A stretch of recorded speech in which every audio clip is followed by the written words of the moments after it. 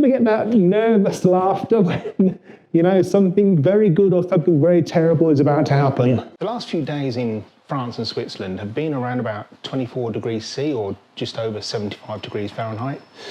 But today I'm going to go and cool down a bit. Let's see if I can show you where.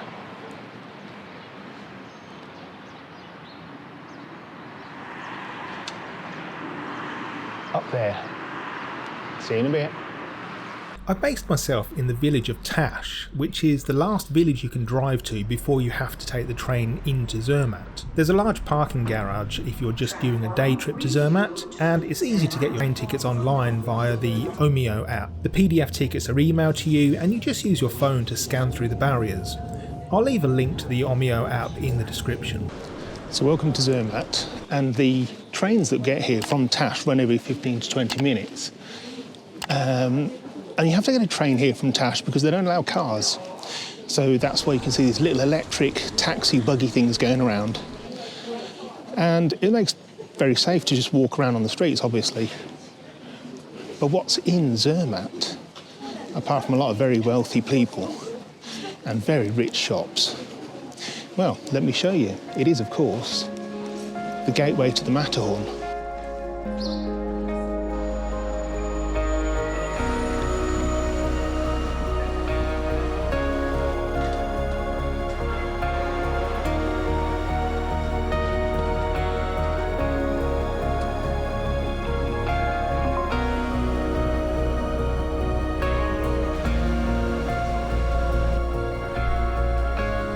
So here I am. It's a lot colder now than yesterday and the day before, and I'm currently at the Trocknesteg lift station in the middle of the Alps, basically. Behind me, or rather to the left of me at the moment, is the Matterhorn, which is the reason I came here. I wanted to photograph the Matterhorn and basically get to the heights of the Alps that people like me who are maybe less able, less mobile, and are still able to get to great alpine heights. You know, the kind of heights that some mountaineers train for months and maybe years to do. But of course, the only problem with being in the Alps in spring is that you are at the mercy of the weather. And Mother Nature, she doesn't pay attention to photographers wanting to come and get good photographs of the Matterhorn. So currently, this is my view of the Matterhorn. You can see, there you go. So that's kind of covered in cloud at the moment. But that's fine, it's fine.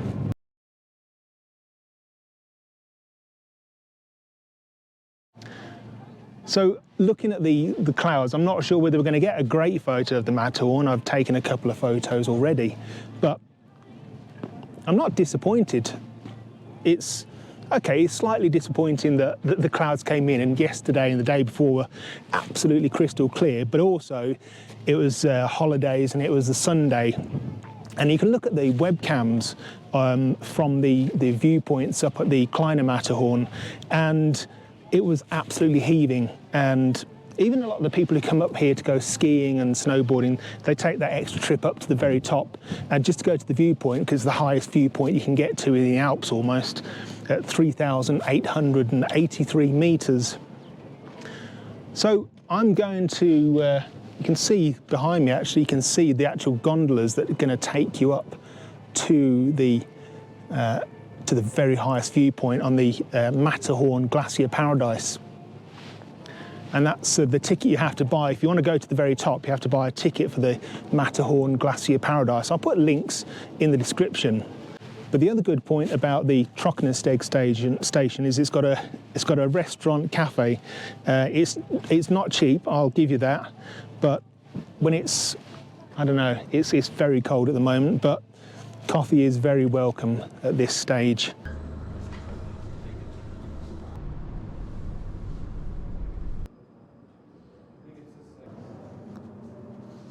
Looks like something from a James Bond den, doesn't it? A villain's den. Oh my goodness. Viewing platforms this way. Over there. I don't know if it's going to be visible today. Let's have a quick look around and see what else is going on. A furry seat to sit on, warm your butt.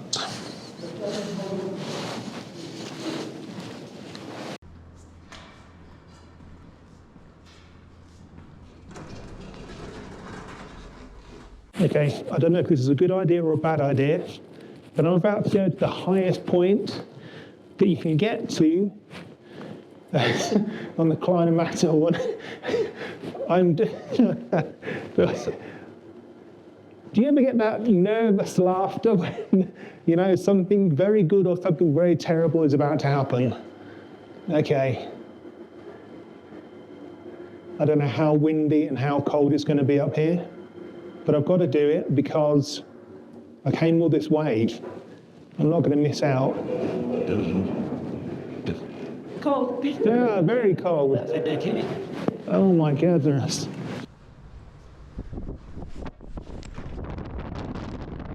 Welcome to 3,883 meters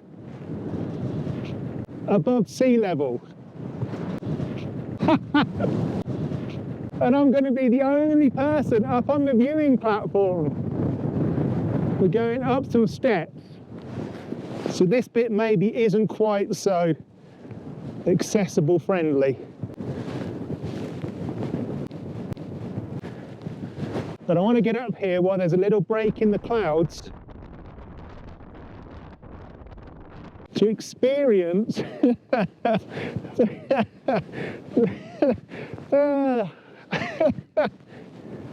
we made it. We made it to the top.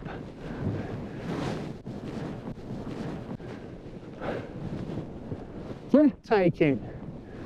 Literally breathtaking. The air is actually thinner up here. I didn't think it'd be real, but it is. It's a little windy. I'll tell you what, I've timed this just right because there's a nice break in the clouds. My goodness, I didn't realise it really would take your breath away this much. And here we are. 3,883 meters above sea level.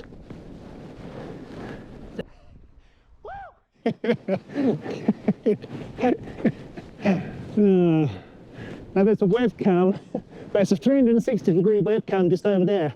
I wonder if it's going to catch me filming myself.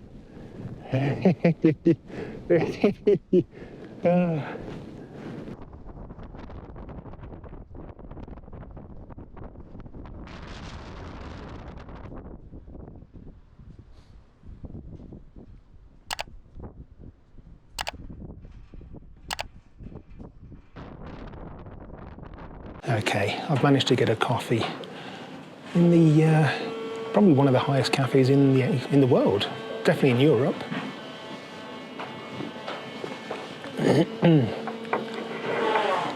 So, like I was saying, the air is really thinner up here. You can tell it when you go onto the platform, definitely. So I thought I'd do a little experiment. I've got one of these smartwatch things, polar smartwatch things, and it can read your blood oxygen levels. So I thought I'd do an experiment and see if it's changed at all at altitude. So let's give it a go. So when I'm sort of at normal sea level or normal town level, my blood oxygen level is around about 95, 94, 95, 96. So let's see what it says now. Oh my God. I don't know if you can see this.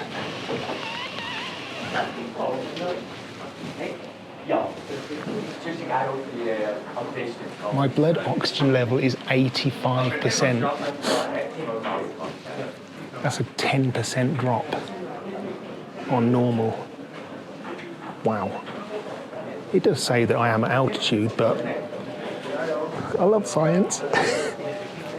I really love science. Now from this height, one of the most incredible things you can do if you're fit and mobile and relatively skilled is just over my shoulder is a mountain called the Breathtaking, and that's over 4,000 meters. And from this station with a local guide, you can actually summit that mountain in about 2.5 hours. And I doubt there's many places in the world you can summit a 4,000 meter mountain in 2.5 hours. But yeah, not for someone like me with lower mobility skills and absolutely no skill whatsoever in mountaineering, but if you've got that kind of ability, it's one of the easiest places in the world to summit 4,000 meters. This place is just incredible. It just keeps on giving, yeah? And I'm here. I'm going to try and see if I've caught myself on the webcam later, because there's a webcam you can see. Actually, it's just over my shoulder, kind of, it's on the top of that little hut. So I'm going to see if I can find myself later. I'll get a snapshot of it. My God, these mountains are beautiful. So beautiful. I've got to try and get a photo. As the Matterhorn stayed frustratingly shrouded in cloud, I decided to focus on the Breathtaking and took a couple of shots there. It was interesting to overhear a gentleman behind me as I was taking the photos saying to his friend that he couldn't understand people trying to take photos today, as it would just be white snow against white clouds. It was just a waste of time. I think I might make a video about the difference between taking a photo and making an image. What do you think? Leave a comment below if you'd be interested in that. Now, as you can see, I saw a lot more detail than just white on white. And as I was processing these images, I did notice some people on their way to summit the Breathtaking. The following day, although the clouds were less, the winds were stronger, so they weren't running the lift to the top. I decided to take the car to a viewpoint that I'd found high in the nearby mountains that promised a view of the Matterhorn.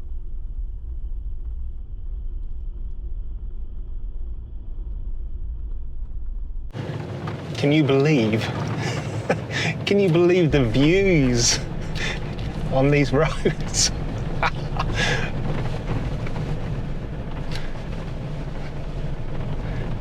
If you've never driven a proper alpine road, I mean, it's not even one of the famous alpine passes. If you've never driven an alpine road, you've really got to experience it. I mean, look at the views. Oh dear. Haven't come across any alpine goats yet though. I saw one while we were on the train into Zermatt the other day.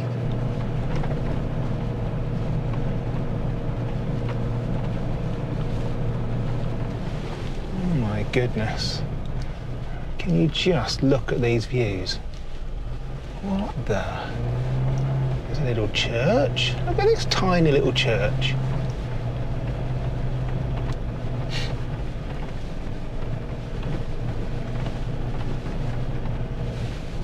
Oh yeah, apparently there's steps down to Tash. Wow.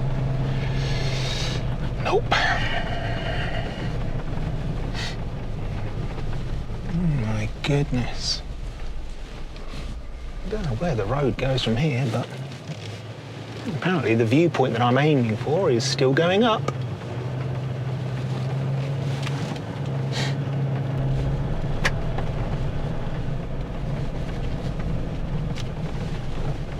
Well, apparently we've got about 900 meters to go to the viewpoint.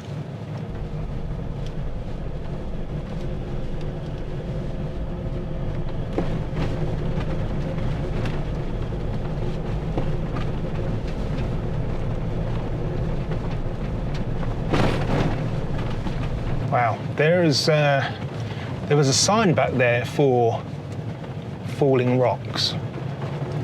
And I don't know if you just saw it on the road a minute ago. There's quite a big boulder in the middle of the road, well, at the side of the road, thankfully. Ooh. I'm starting to wonder if I should have brought a hard hat. So the question is, has the drive up the side of this mountain been worth the view when we get there. I'll let you decide. I've just caught a glimpse. Oh my God. This is so amazing.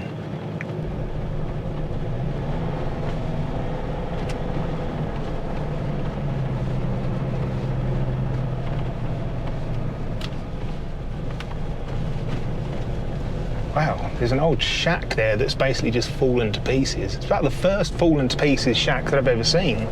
All the others seem to be really well intact. Okay, so I'm not far away apparently. We're getting up to the snow line now. Can you see? Wow. Oh my goodness. And here we are. Oh, thankfully there is a place for me to pull in and turn around in a bit.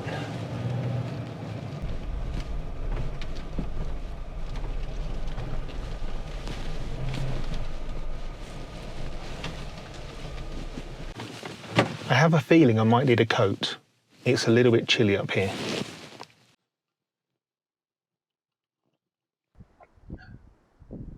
That's not a bad view to have a cup of coffee with, is it?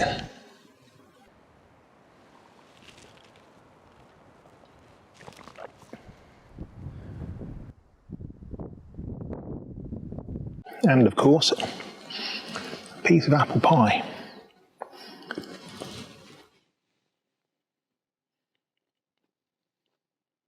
Switzerland, you do some views. I'll give you that.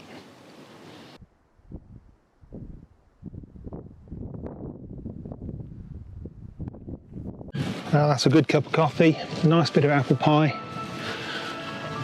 and incredible views. I'm not sure what else I could ask for, really.